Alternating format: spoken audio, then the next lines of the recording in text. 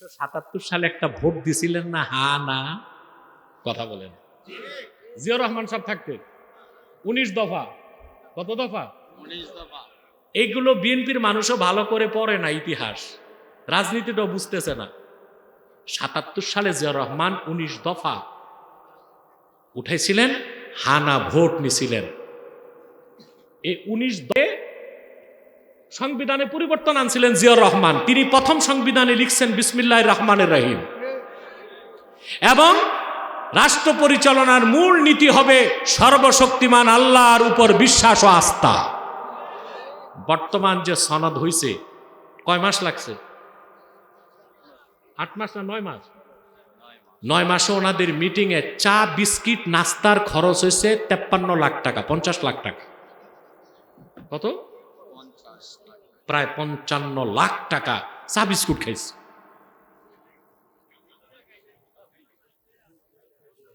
Five star থেকে খাইলো তো এইরকম বিল আসার কথা না।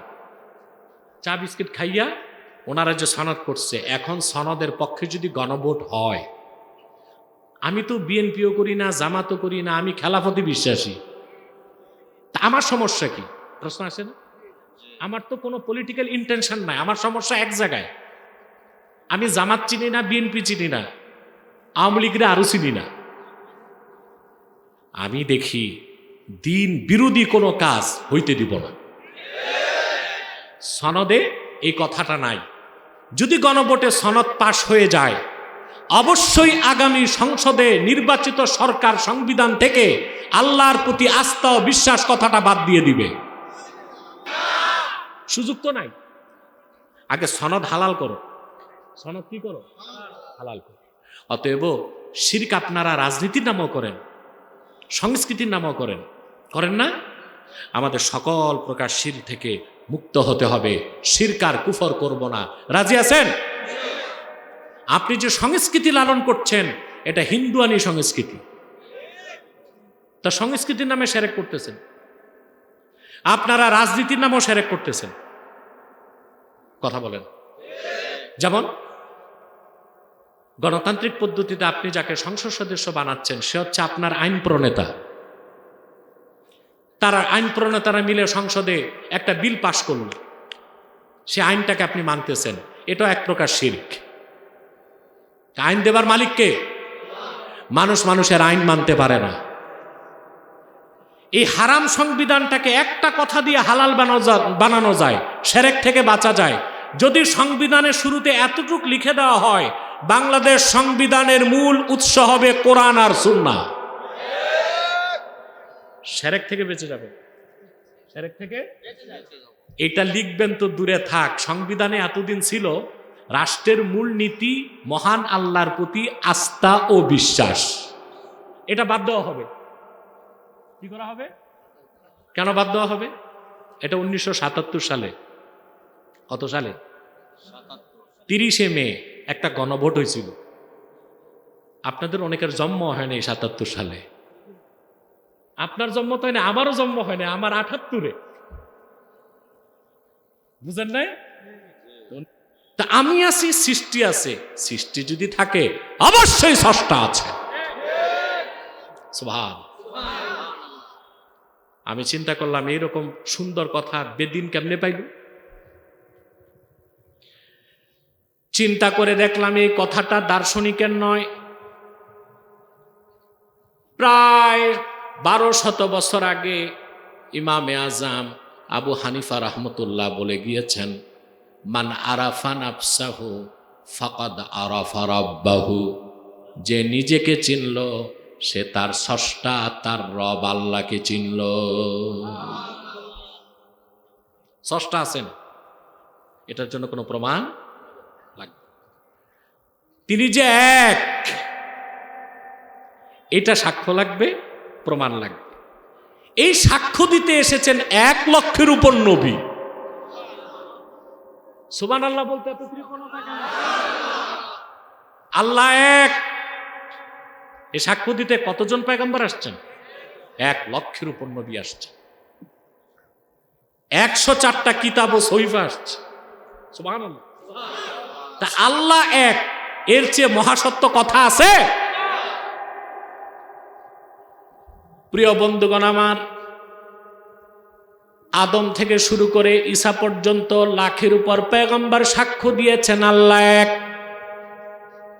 সবাই আল্লাহর কথা কানে শুনেছেন, চোখে কেউ দেখেন নাই। আখিরি নবী মুহাম্মদ সাল্লাল্লাহু আলাইহি সাল্লাম ১৫০০ বছর আগে সাক্ষ্য দিয়েছেন আল্লাহ এক। তিনি আল্লাহর কথা কানেও শুনেছেন, আল্লাহকে চোখেও দেখেছেন। না দেখে সাক্ষ্য আর দেখে সাক্ষ্য পার্থক্য আছে। লাখের উপর পয়গম্বর সাক্ষ্য দিয়েছেন লা ইলাহা, জোরে, সবাই আল্লাহর কথা শুনছেন, আল্লাহকে না দেখে আল্লাহর কথা শুনছেন, তারা সাক্ষ্য দিচ্ছেন। কিন্তু আমাদের প্রিয় নবী মুহাম্মদ সাল্লাল্লাহু আলাইহি সাল্লাম ১৫০০ বছর আগে মেরাজের রাতে ধুলক বুলক ছাড়িয়ে ৭ আকাশ পেরিয়ে সিদরাতুল মুনতাহার উপরে লা মাকান ওয়া লা জামানের উপরে আরশুল্লাহিল আজিমে যে কপালের ২ চোখ দিয়ে আমার আল্লাহকে দেখছেন। এটা বিশ্বাস করেন? আমাদের দেশে কিছু ভণ্ড মৌলবী আছে, বাতিলপন্থী মৌলবী আছে না? বক্তা, প্রবক্তা, স্কলার, স্ক্রু ড্রাইভার, এক ফতুয়া আরেক জায়গায় ফিট করে। এটা কি স্কলারের কাজ না স্ক্রু ড্রাইভারের কাজ? এরা মেরাজের মাস আসলেই টিভি চ্যানেলে বসে দেখবেন খুব বকবক করছে, ফতুয়া দিচ্ছে, বলবে যে মুহাম্মদ সাল্লাল্লাহু আলাইহি সাল্লাম মেরাজে গেছেন, তবে আল্লাহকে দেখেন নাই। আহলুস সুন্নাহ ওয়াল জামাতের গ্রহণযোগ্য মত, যেই মতের উপর ফতোয়া ওয়াল হাসিলু আন্নার রাজিহা আন্না মুহাম্মাদান সাল্লাল্লাহু আলাইহি ওয়াসাল্লাম রাআ রাব্বাহু লাইলাতাল মিরাজ বিআইনাই রাসিহি। আহলুস সুন্নাহ ওয়াল জামাতের সকল ইমামের গ্রহণযোগ্য মত, মুহাম্মদ সাল্লাল্লাহু আলাইহি ওয়াসাল্লাম ১৫০০ বছর আগে মেরাজের রাতে ধুলক বুলক ছাড়িয়ে ৭ আকাশ পেরিয়ে আল্লাহর আরশে আজিমে যে কপালের ২ চোখ দিয়ে আল্লাহকে দেখেছেন।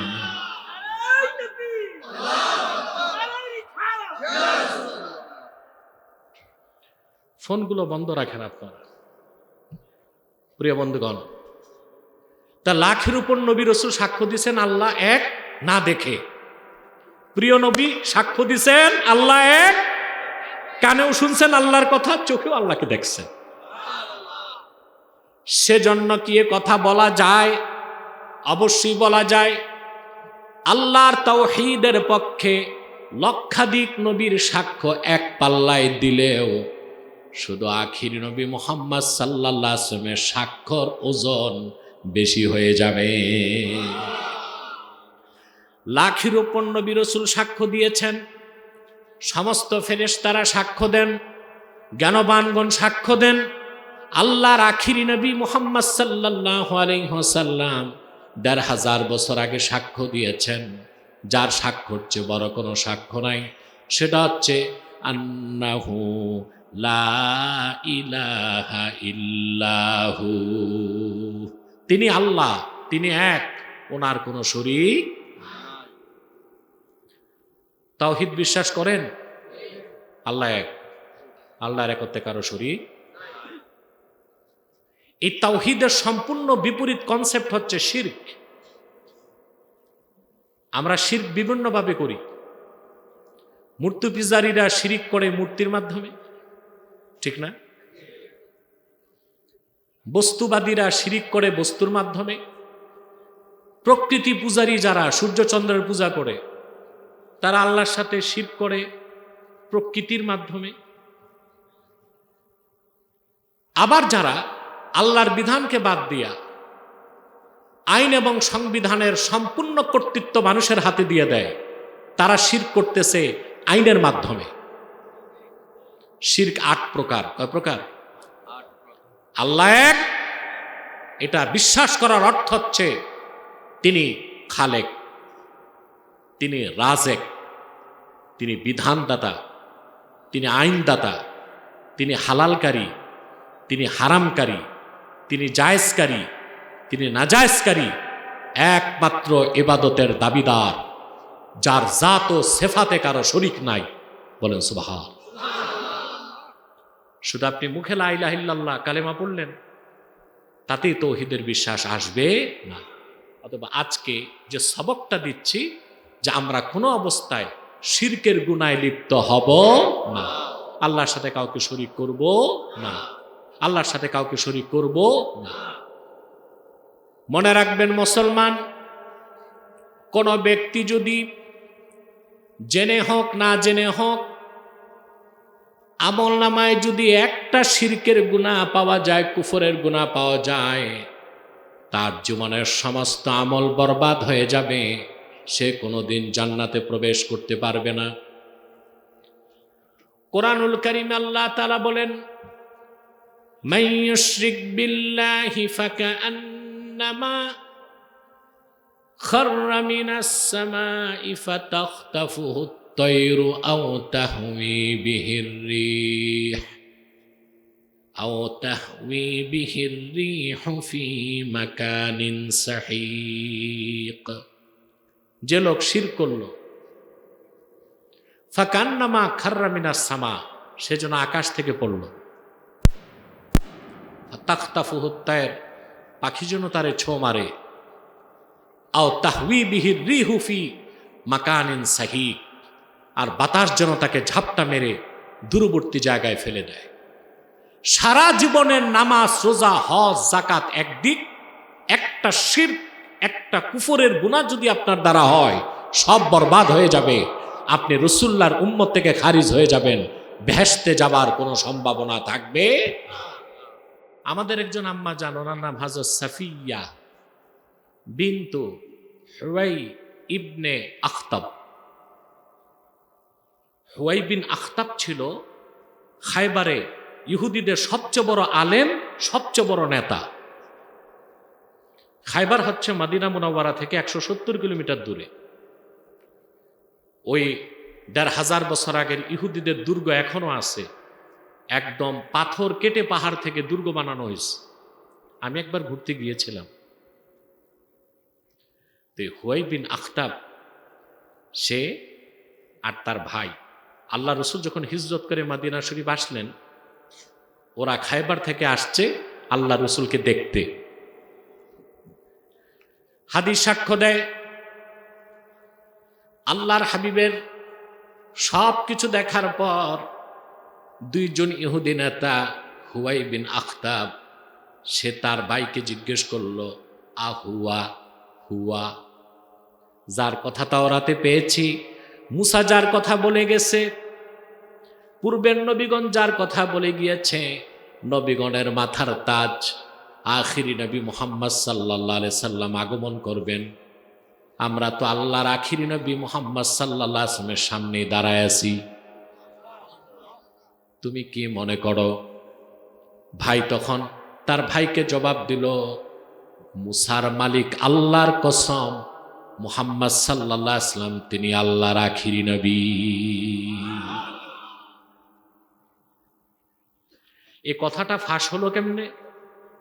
মদিনা শরীফ থেকে যখন ফিরে গেছেন খায়বার, হযরত সাফিয়া বলেন, আমি দেখলাম আমার বাবার চেহারা, চাচার চেহারা, দোনোজনের চেহারা কালো, কানে কানে ফিস ফিস করে, আমারে শুনতে দেয় না। তখন শুনলাম বাবা চাচাকে জিজ্ঞেস করলো, আহুয়া হুয়া, মুহাম্মদ সাল্লাল্লাহু আলাইহি সাল্লাম তিনি কি আল্লাহর আখিরি নবী, যার সাক্ষাৎ পেয়েছি, যার কথা তাওরাতে এসেছে, যার কথা ঈসা বলে গেছে, যার কথা মুসা বলে গেছে, যার কথা পূর্বের 1 লক্ষ নবী বলে গেছে? তো হুয়াই বিন আখতাবকে তার ভাই সাক্ষ্য দিল, বেশক। এখন এক ভাই আরেক ভাই, ওরা তো গোত্রপতি নেতা, জিজ্ঞেস করে, এখন কি ঈমান আনবো আমরা না বিরোধিতা করব? তো ইহুদি ভাই তার ভাইকে জবাব দিল, ঈমান আনতে মন চায় না, আমরা বিরোধিতাই করব। কি রকম অভিশপ্ত পোড়া কপাল জাতি ইহুদি জাতি! রাসূলুল্লাহ সাল্লাল্লাহু আলাইহি ওয়াসাল্লাম খায়বার যেদিন বিজয় করলেন, ফজরের নামাজের পর খায়বার দুর্গ বিজয় হয়েছে। কথা বুঝতেছেন? ইহুদি নেতা হুয়াই বিন আখতাব, তার ভাই সবাই নিহত হয়েছে যুদ্ধে। হুয়াই বিন আখতাবের মেয়ে হাজ্জাজ সফিয়া তখন মুসলমান হন নাই, তিনি বন্দী হয়ে গেলেন। হাজ্জাজ সফিয়া রাসূলুল্লাহর কাছে আবেদন পাঠালেন, আল্লাহর পয়গম্বর হারুনের বংশধর আমি, অন্য কারো কাছে থাকতে চাই না। আল্লাহর হাবিব যদি আমাকে অনুমতি দেন, আমি ঈমান আনবো, ওনার কদমে থাকতে চাই। রাসূলুল্লাহ সাল্লাল্লাহু আলাইহি সাল্লাম আবেদন গ্রহণ করলেন। হাজ্জাজ সাফিয়া ঈমান আনলেন।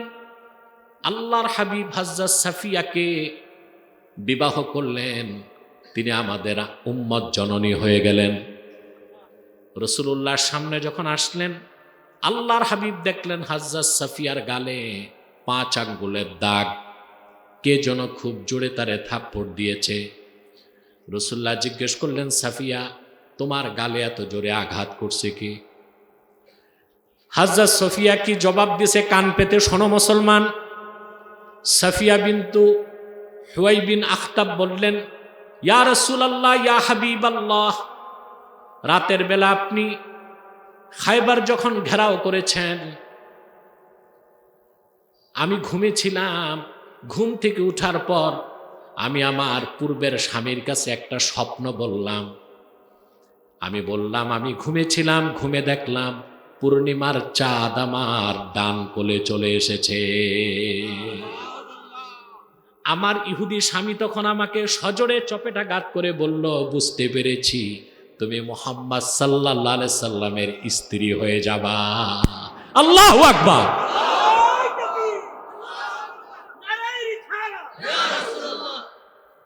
পূর্ণিমার চাঁদ দিয়ে কাকে বোঝানো হয়েছে এটা বুঝছে, কিন্তু ঈমান আনে নাই, রাসূলুল্লাহর বিরুদ্ধে অস্ত্র ধারণ করেছে। এই হচ্ছে অভিশপ্ত জাতি, ইহুদি জাতি। ঠিক না? এই অভিশাপটা কেন আসছে আল্লাহ আবার বলে দিয়েছেন সামনে, ইন্নাল্লাযীনা ইয়াকফুরুনা বিআয়াতিল্লাহি ওয়া ইয়াকতুলুনান নাবিয়্যিনা বিগাইরি হাক্কিন ওয়া ইয়াকতুলুনাল্লাযীনা ইয়া'মুরুনা বিল কিসতি মিনান নাস ফাবাশশিরহুম বিআযাবিন আলীম। ইন্নাল্লাযীনা ইয়াকফুরুনা বিআয়াতিল্লাহ, নিশ্চয় যারা আল্লাহর আয়াতগুলোকে অস্বীকার করে, বিশেষ করে ইহুদিরা আল্লাহর আয়াতগুলো অস্বীকার করছে না। আল্লাহর হাবিব মুহাম্মদ সাল্লাল্লাহু আলাইহি ওয়াসাল্লামের উপর ঈমান আনার কথা তাওরাতে ছিল, ওরা অস্বীকার করছে। রাসূলুল্লাহর সামনে উপস্থিত হয়ে রাসূলুল্লাহকে চিনার পরও ঈমান আনে নাই, এটা ছিল তাদের সবচেয়ে বড় অপরাধ। ওয়া ইয়াকতুলুনান নাবিয়্যিনা বিগাইরি হক, আর পূর্বে তারা অসংখ্য নবীকে অন্যায়ভাবে হত্যা করেছে ইহুদিরা। ওয়ায়াকতুলুনাল্লাযীনা ইয়া'মুরুনা বিল কিসতি মিনান নাস, আর মানুষের মধ্যে যারা কিসত ন্যায়পরায়ণতার সাথে সৎ কাজের আদেশ করে, সৎ কাজের আদেশ করে ন্যায়পরায়ণতার কথা বলে, তাদেরকে তারা হত্যা করে। এই অপরাধের কারণে ইহুদিরা অভিশপ্ত হয়েছে, তাদের অধিকাংশই মুসলমান হবার সৌভাগ্য লাভ করতে পারে না। তো তাদের পরিণতি কি আল্লাহ বলে দিচ্ছে, উলাইকাল্লাযীনা হাবিতাত আ'মালুহুম ফিদ দুনিয়া ওয়াল আখিরাতি ওয়া মা লাহুম মিন নাসিরিন। এই ইহুদিদের, বনি ইসরাইলদের, ইহুদিদের দুনিয়া আখিরাতে সব পণ্ড হয়ে গেছে। কে বলছেন? ওদের দুনিয়া আখিরাতের সমস্ত আমল কি হয়েছে? বরবাদ হয়ে গেছে। ওমা লাহুম মিন নাসিরিন, ইহুদিদেরকে সাহায্য করার মতো কোনো সাহায্যকারী নাই। এখন এখানে একটা প্রশ্ন আসতে পারে নাস্তিকদের, কাদের? আছে না কিছু নাস্তিক? আগে 16 বছর দেখছি বামপন্থী নাস্তিক, এখন দেখি ডানপন্থী নাস্তিক। যেগুলো কমিউনিস্ট নাস্তিক এগুলো বামপন্থী, অ্যাথিস্ট এবং লেফটিস্ট। আর এখন কিছু বুদ্ধিজীবী এগুলো হচ্ছে রাইটিস্ট, তবে অ্যাথিস্ট, নাস্তিক, ইসলাম বিশ্বাস করে না। এগুলো চিনেন নাকি? বাংলাদেশে আছে। এই দেশের অশান্তির মূলে এরাই নাকি থিঙ্ক ট্যাঙ্ক, এরাই পলিসি মেকার। কি যে পলিসি মেকিং করে দেখছেন না? 3 মাস লাগছে জাতীয় ঐক্য মৈত্য কমিশনে মিটিং করতে করতে এটার ঐক্য মৃত্যু কমিশন বানাই দিয়েছে। এখনো এক হইতে পারেন। তে বুদ্ধিগুলো কই গেছে? এত বড় বড় বুদ্ধিজীবী, বুদ্ধির জোশে মাথার চুল পড়ে গেছে। বিদ্যা বুদ্ধির তো অভাব নাই, সব ক্যামব্রিজ আর অক্সফোর্ড থেকে পড়াশোনা করে আসছে। একটা দেশ মেরামত করবে, তাদের সিদ্ধান্ত নিতে 3 মাস লাগলো, 84টা বিষয় একমত হয়েছে। পয়েন্ট অফ ডিসেন্ট বাদ। এখন তো আবার দ্বন্দ্ব চলতেছে, গণভোট হবে কি হবে না, হলে কবে হবে। পশ্চিমাদের তাবেদারি করে বিজাতির আদর্শ মেনে দেশ ঠিক করা যায় না। দেশ ঠিক করতে হলে কোরআন আর সুন্নাহর দিকেই ফিরে আসতে হবে।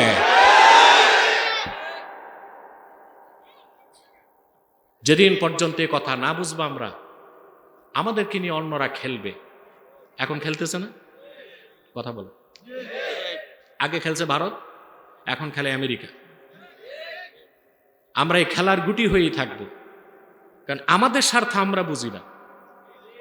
আমরা করি পাওয়ার পলিটিক্স, যেমনি হোক ক্ষমতায় যাব।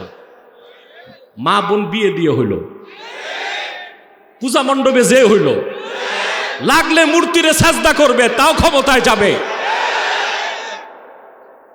এতটা মানুষ আদর্শ থেকে বিচ্যুত হয় নাকি? সব কিছুর উপরে আমার ঈমান, আমার ইসলাম, সব কিছুর উপরে আমার কোরআন।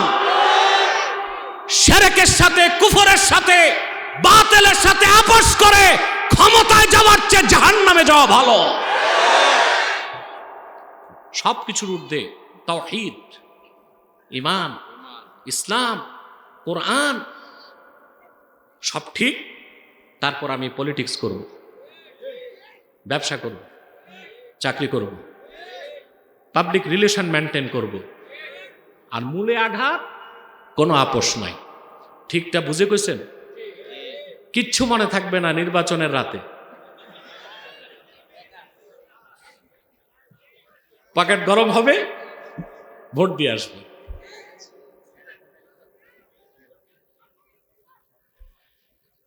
আমাদের দেশে কোরবানির ঈদের সময় হাটে গরু, ছাগল, ভেড়া বিক্রি হয়, আর নির্বাচনের সময়, নির্বাচনের রাতে ভোটার বিক্রি হয়।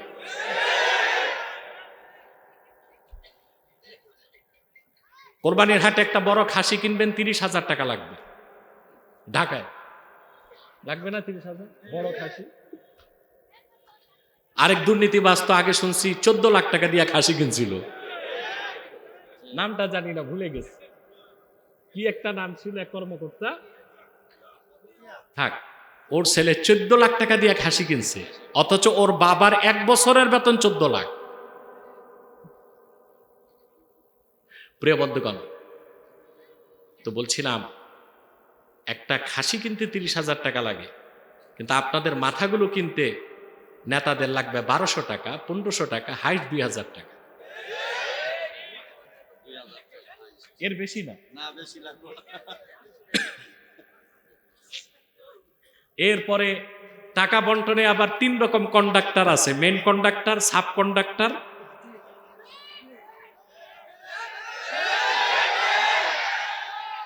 সত্তর ভাগ খায় main conductor, 20% second conductor, third conductor খাইয়া যায় হাড্ডি গুড্ডি বাসে জনগণরে দেয়। এগুলো সংস্কার করেন, এগুলো ঠিক করেন। ঐকমত্য কমিশনে তো চেরাগ নাই, ঘষবে আর দেশ ঠিক হয়ে যাবে, এরকম বিষয়টা। তাহলে সব কিছুর ঊর্ধ্বে কি? ঈমান, ইসলাম, কোরআন। এর উপরে কোনো কিছুকে প্রাধান্য দেওয়া যাবে না। বলছিলাম আল্লাহ বললেন ইহুদিদের কোনো সাহায্যকারী নাই। এখন নাস্তিকরা বলতে পারে কোথায় নাই? আমরা তো দেখি ইহুদিদের সাহায্য করতেছে আমেরিকা। প্রশ্ন আসে না?